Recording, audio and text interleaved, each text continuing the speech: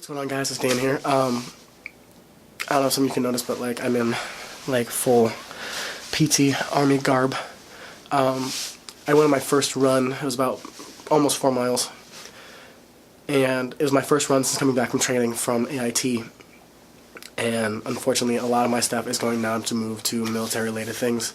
So that is just the way it is, because that's where my head and my interests are. And this is my channel, so yes. So one thing that I want to talk about was the mentality that I had, and I kind of I wouldn't say gained, but I increased, or I just can't even think of the word, but I leveled up at basic training in AIT. So in cross country during high school, we always had a saying, at least I did, was, you know, you never walk, you always shuffle. So no matter how slow you want to go, it's fine, but as long as you shuffle and you're still in that, instead of just, okay, now I'm going to walk, your mentality changes when you actually start walking. You know, it's much harder to keep going again. But if you're in a shuffle, you're still in a rhythmic cadence, you know, your brain is still, okay, we're still doing a faster pace. And it's much easier to go from a shuffle to back to a run than it is a walk back to a run. And you can disagree with me, and that's fine. I think you're wrong. However, I did say that I was a road guard with my best friend, and we're road guards in the back of a battalion run, and we had one of the sergeants was, oh, my legs. One of the sergeants was the fallout sergeant. So when you have company runs and things like that, you're going to have a fallout sergeant who it will fall back and keep people motivated. So he was right there with us because we had another company behind us, so people fall back and we try to encourage them as we go along. But there was a couple of my friends that I saw, and they're running too, and they're going, and they started to fall out. And you know, I remember this is a personal moment of mine. We're sitting there, and one of my friends is passing us. And as road guys, we're the end of the line, essentially. And I'm like, hey, and I see them walking, I say, hey, never walk, always shuffle, let's get it. And out of my ear, I hear, huh, from the sergeant. And I looked at my best friend, and he looked back at me, and we were like, oh my God. We were just freaking out, because like that's not something you get when you're in training, you know. It was just really cool. So we're geeking out, you know, we're being fangirls for a second, and the sergeant's like, stop being weird, let's stop that, stop being weird. So that was a personal thing of mine, but that mentality kind of increased as my training went along, and I kind of keep that in my head for almost everything, not everything I do, but anything that's physicality, because I have it in my brain, it's categorized only under like physical things, the mentality of pushing myself in that frame of mind. And it evolved from, you know, that to being what I personally call as my medic's mantra. So as I'm going, whether we're doing pull-ups, push-ups, you know, running, especially, whatever, however you say that, running for sure, it definitely becomes, we are a little too dark.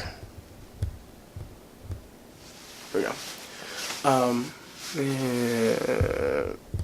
There we go. It definitely becomes something along the lines of, so I'm a combat medic for the National Guard, and something in my head that it came to, okay, if I'm not fast enough, I can't catch you. If I can't catch you, I can't save you. If I'm not strong enough, then I can't lift you to get you to cover to save you. If I'm not smart enough or fast enough at thinking of what I need to do, I can't save you. And that's a personal thing for me. That's one of the reasons why I became a combat medic. I wanted to help people and essentially save my fellow brethren. And that's a big thing for me. So as I'm going, when I get tired, you know, or when I'm like, okay, I'm really starting to hit my point, that's what I think about to push past. You know, that is, okay, we're doing push-ups. Like, okay, if I'm not strong enough, I can't save them. I need to be stronger. Let's get stronger. So 5 more push-ups, 4 more push-ups, 2 more push-ups, you know, things like that. For runs, you know, if I'm starting to hit that wall, you know, you're like, okay, I'm not fast enough. There was plenty of people that I met that run 10-minute 2 miles. It was just outlandish. But, you know, people run these super fast miles, and it's like, okay, I have to get faster. I have to be able to catch them, because if I can't catch them, I can't save them.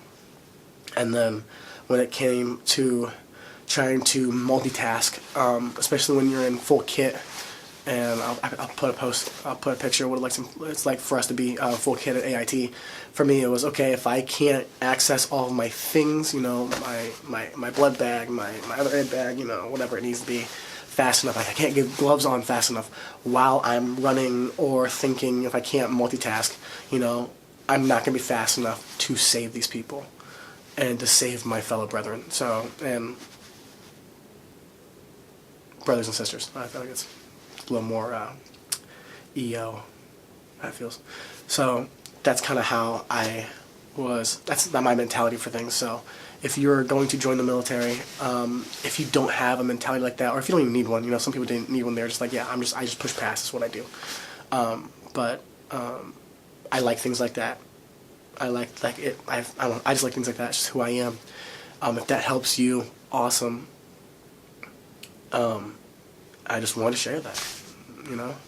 But this felt very boot of me to be in full garb, you know, because I had my hat, I got my jacket, I'm wearing the army jacket, the shirt underneath it, because it was 32 degrees outside. It was very cold. Like my hands, I couldn't feel my hands all the time. I don't know why I didn't wear gloves. I wore the cap, I just didn't wear gloves. It was stupid. My hands were cold the whole time. So that's all I have for you guys today. I have some other things I want to talk about later on, but for what it is, here's what it is. I will talk to you guys later. I'll see you in the next one. Yeah, I don't know if RADAKA fits anymore. I need some help on that.